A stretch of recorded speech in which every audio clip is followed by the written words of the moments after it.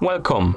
In front of me I have HUAWEI Watch GT 3 Pro, and I'm gonna show you how to factory reset this watch by using the system settings. First, we need to wake up the screen on our watch, and you can do it by pressing the crown button. After you wake up the screen, press the crown button again to open the menu. Now, scroll through the menu, find the settings icon, and tap on it to enter the settings. In settings, scroll down, find the option called System and Updates, and tap on it.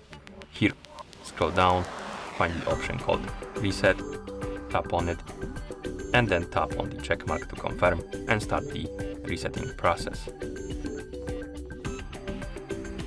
And after the resetting process is complete, you should see the list of languages on the screen, like this.